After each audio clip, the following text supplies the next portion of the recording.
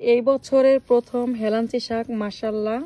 এই শাকগুলা ছিঁড়ার পরে যেগুলা হবে ওই শাকগুলা কিন্তু অনেক বেশি সুন্দর হবে, মাশাআল্লাহ। দেখেন কিছুদিন পরে মাশাআল্লাহ অনেক বেশি মরিচ হবে। আর এই বোম্বাই মরিচ বলেন আর নাগা মরিচ বলেন, যে যেটাই বলেন, ফুল চলে আসছে আমার মরিচ গাছে। আমার শখের বাগানের লাল শাক দেখেন মাশাআল্লাহ, এখনো ছোট ছোট, আরো কিছুদিন পরে হচ্ছে খাওয়ার উপযোগী হবে। প্রতি বছর কুরবানি ঈদের আগে আমার মতো কে কে ফ্রিজ পরিষ্কার করেন? দেখেন কতগুলা বরফ উঠাইলাম আমার ফ্রিজ থেকে, এগুলো সবই বরফ। আমার গার্ডেনে কি কি আছে আপনাদেরকে দেখাই। বোম্বাই মরিচ, তারপর হেলাঞ্চি শাক, এই যে হেলাঞ্চি শাক, পালং শাক, লাল শাক, তারপর হচ্ছে ডাঁটা, আর এই যে দেখেন ধনিয়া পাতা। এই গাছটা দেখতে কিন্তু দেখেন একদম তাল গাছের মতো দেখা যাইতেছে। আর এগুলা কি হয়েছে আপনারা কি বলতে পারেন? একদম ছোট ছোট জামের।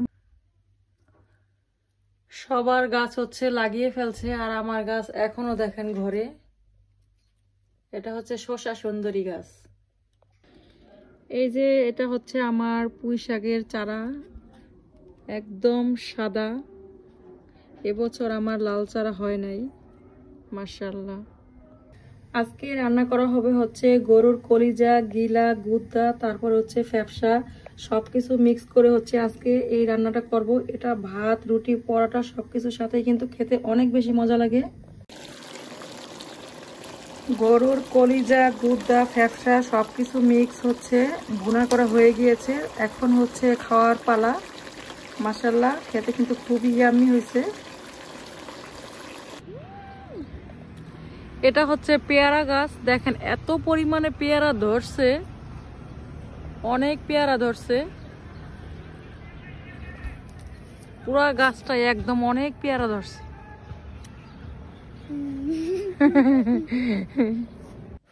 এই জুকিনিগুলা দিয়ে কি রেসিপি করা যায়? আর বাঙালির একটা স্বভাব, সস্তা পেলে হচ্ছে বস্তা ভরে নিয়ে আসে। তাই পার্কের এই গাছটা কিন্তু বরাবরই আমার কাছে অনেক বেশি ভালো লাগে। আরেক পাশে আছে আরেকটা গাছ, এই যে দেখেন। শিওর আপনার ভালো লাগে? অনেক ভালো লাগে। এই যে দেখো কি হয়েছে, ডিম হয়েছে, দেখছো? লাইন করেন না, দেখছো কি হয়েছে, দেখছো? এটা বলে ডিম। এটা কি হয়েছে তুমি জানো?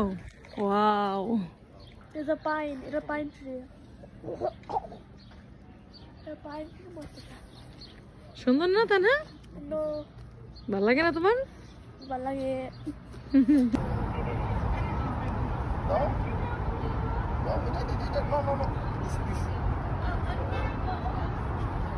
কে আইসে উঠে গেছে?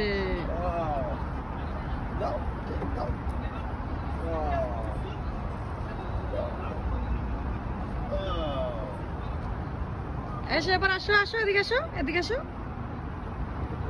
আসো আসো। ওই ভয় পায়। আসো।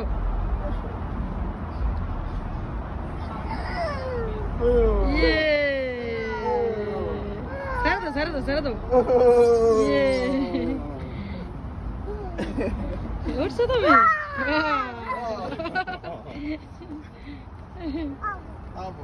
আবার